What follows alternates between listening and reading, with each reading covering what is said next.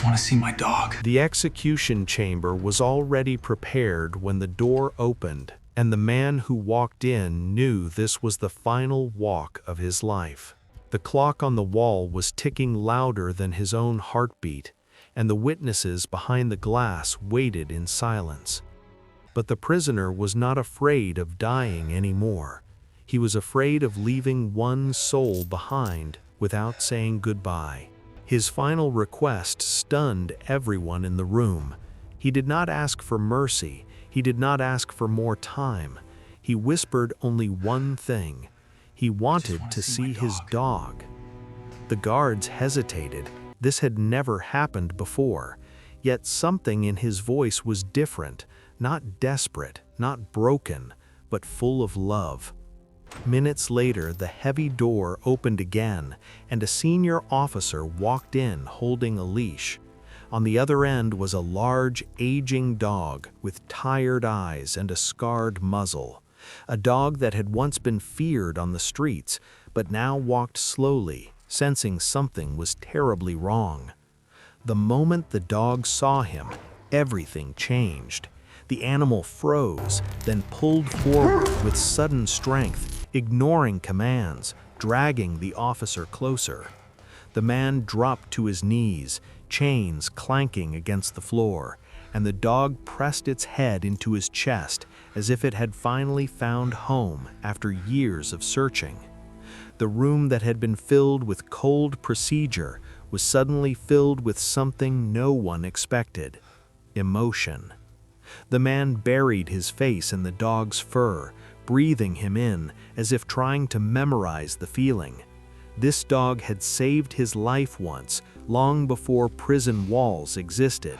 Back when he was a different man, broken and angry, this dog had been his only reason to come home at night.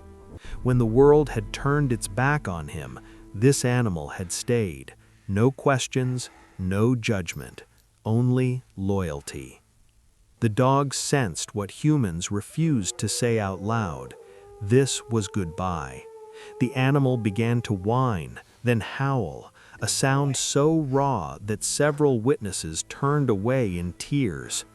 The man whispered softly, telling the dog he was a good boy, telling him he was loved, telling him to be strong. His voice never shook, but his hands trembled as he unclipped the leash. And then something unbelievable happened. The dog did not move. Instead, he sat firmly in front of the man, blocking the guards, growling low, protective, refusing to let anyone come closer.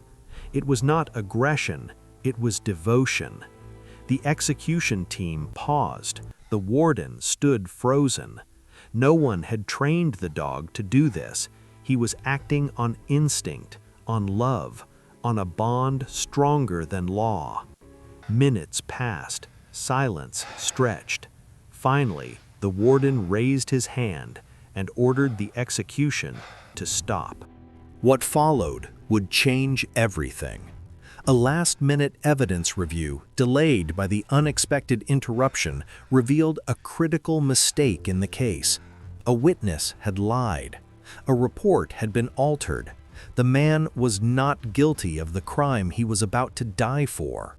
The execution was canceled.